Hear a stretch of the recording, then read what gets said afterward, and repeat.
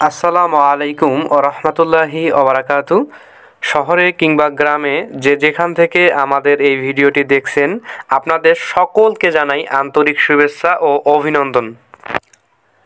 আজকের এই ভিডিওতে আলোচনা করব অনার্সের প্রথম বর্ষের আবশ্যিক সাবজেক্ট স্বাধীন বাংলাদেশের অভ্যুদয়ের ইতিহাস।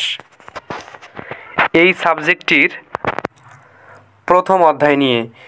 স্বাধীন বাংলাদেশের অভ্যুদয়ের ইতিহাস এই সাবজেক্টটির প্রথম অধ্যায় হচ্ছে দেশ ও জনগোষ্ঠীর পরিচয়। শিক্ষার্থী বন্ধুরা, চলুন আমরা আমাদের মূল আলোচনা শুরু করার পূর্বেই কিছু বিষয়ে আলোচনা করে নিই। প্রথমত, স্বাধীন বাংলাদেশের অভ্যুদয়ের ইতিহাস এই সাবজেক্টটি অনার্স প্রথম বর্ষের জন্য একটি আবশ্যিক সাবজেক্ট। আপনি যে কোনো সাবজেক্ট নিয়েই পড়াশোনা করেন না কেন, আপনাকে অবশ্যই বাধ্যতামূলকভাবে এই স্বাধীন বাংলাদেশের অভ্যুদয়ের ইতিহাস এই সাবজেক্টটি পড়তেই হবে। এবং এই স্বাধীন বাংলাদেশের অভ্যুদয়ের ইতিহাস এই সাবজেক্টটি থেকে বোর্ড পরীক্ষায় 3টি ক্যাটাগরিতে প্রশ্ন এসে থাকে। এর মধ্যে রয়েছে ক বিভাগ, ক বিভাগে রয়েছে অতি সংক্ষিপ্ত প্রশ্ন এবং খ বিভাগে রয়েছে সংক্ষিপ্ত প্রশ্ন। এই হচ্ছে টোটাল 2টি বিভাগ এবং আরও একটি বিভাগ রয়েছে, সে বিভাগটি হচ্ছে গ বিভাগ। এবং এই গ বিভাগে যে প্রশ্নগুলো থাকে সেগুলোকে বলা হয় রচনামূলক প্রশ্ন। আশা করি আপনারা প্রত্যেকেই এই প্রশ্নের 3টে ক্যাটাগরির বিষয়ে বুঝতে পেরেছেন।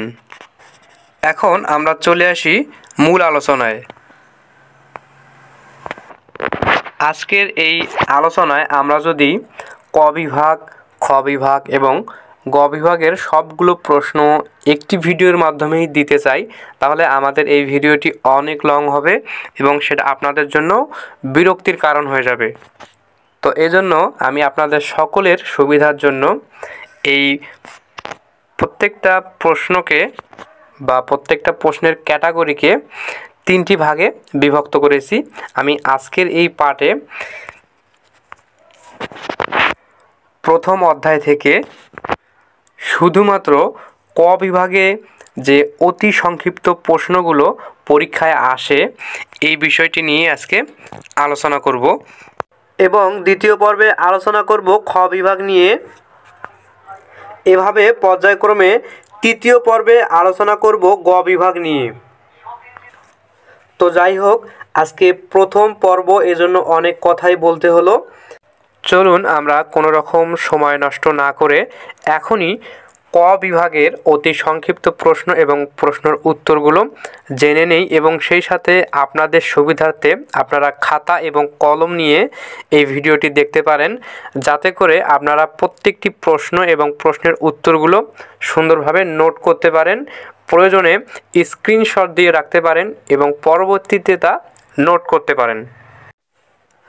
প্রথম অধ্যায় দেশ ও জনগোষ্ঠীর পরিচয়। 1 নম্বরে যে প্রশ্নটি রয়েছে তা হলো বাংলাদেশের সাংবিধানিক নাম কি? উত্তর গণপ্রজাতন্ত্রী বাংলাদেশ। 2 নম্বরে যে প্রশ্নটি রয়েছে বাংলাদেশের আয়তন কত? উত্তর 1,47,577 বর্গ কিলোমিটার। 3 নম্বরে যে প্রশ্নটি রয়েছে বাংলাদেশের উপর দিয়ে কোন ভৌগোলিক রেখা চলে গিয়েছে? এর উত্তর হচ্ছে কর্কট ক্রান্তি রেখা 90 ডিগ্রি পূর্ব দ্রাঘিমা রেখা। এবং 4 নম্বরে যে প্রশ্নটি রয়েছে বাংলাদেশের আন্তর্জাতিক সমুদ্রসীমা কত? উত্তর 200 নটিক্যাল মাইল বা 377.4 কিলোমিটার। 5 নম্বরে যে প্রশ্নটি রয়েছে তা হলো বাংলাদেশের সবচেয়ে উঁচু পর্বত শৃঙ্গের নাম কি? উত্তর তাজিংডন। 6 নম্বর প্রশ্ন প্রাচীন বাংলার জনপদগুলোর নাম কি? উত্তর গৌড়, বঙ্গ, পুন্ড্র, হরিকেল, সমতট, বরেন্দ্র, তাম্রলিপ্ত, চন্দ্রদ্বীপ ইত্যাদি। 7 নম্বর প্রশ্ন বাঙ্গালা শব্দটি সর্বপ্রথম কে ব্যবহার করেন? উত্তর আবুল ফজল। 8 নম্বর প্রশ্ন, কোন গ্রন্থে সর্বপ্রথম বঙ্গ নামের উল্লেখ পাওয়া যায়? উত্তর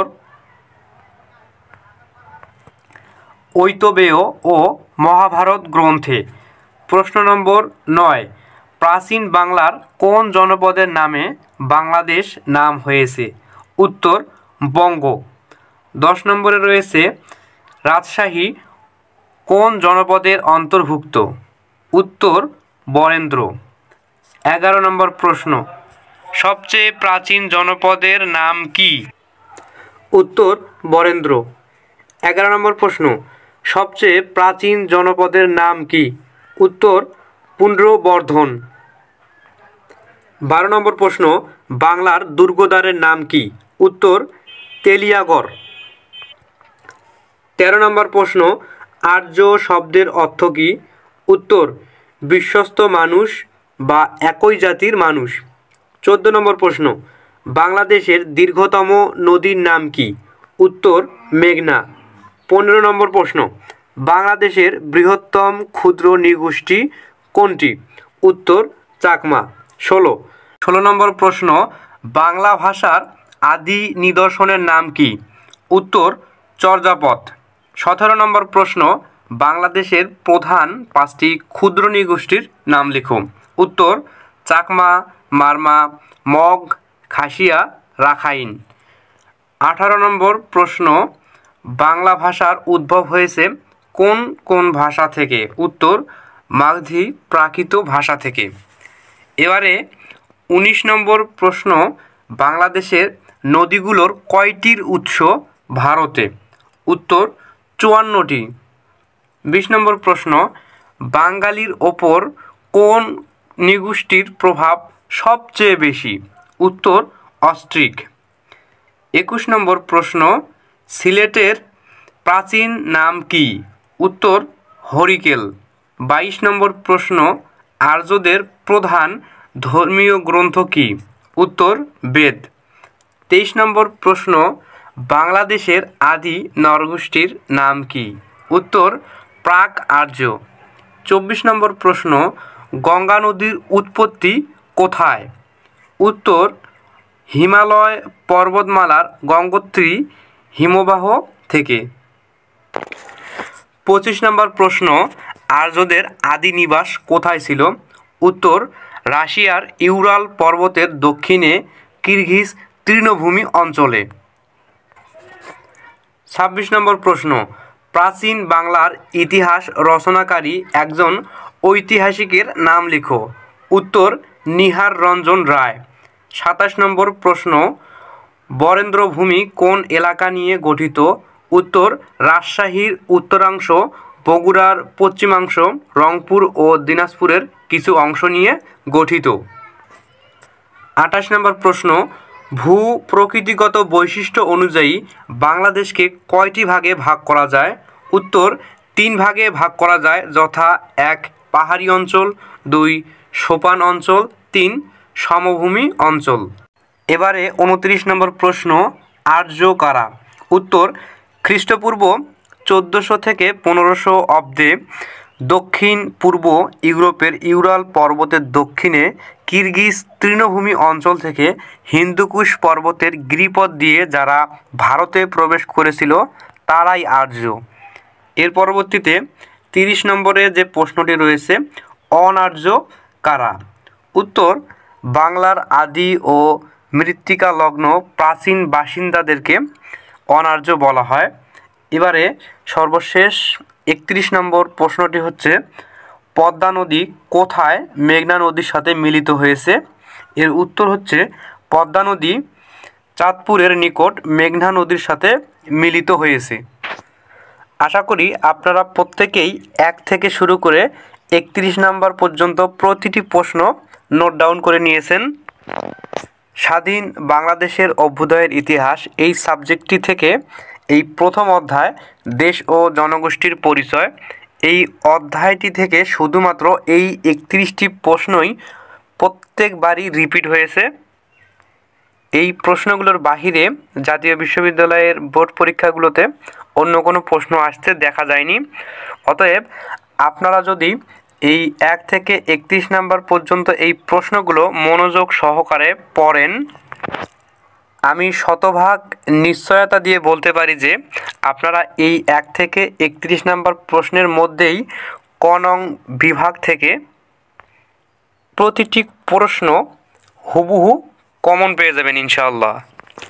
আজকের এই ভিডিওতে আমরা আলোচনা করলাম ক বিভাগ থেকে অতি সংক্ষিপ্ত যে প্রশ্নগুলো এসে থাকে এই বিষয়ের উপরে। ইনশাআল্লাহ পার্ট 2-এ আমরা খ বিভাগে যে সংক্ষিপ্ত প্রশ্নগুলো আসে এই সংক্ষিপ্ত প্রশ্ন এবং এর উত্তর নিয়ে দ্বিতীয় পর্বে আবারও হাজির হব। আজকের মতো এই ভিডিওটি এখানেই শেষ করছি। সকলে ভালো থাকবেন, সুস্থ থাকবেন। আল্লাহ হাফেজ।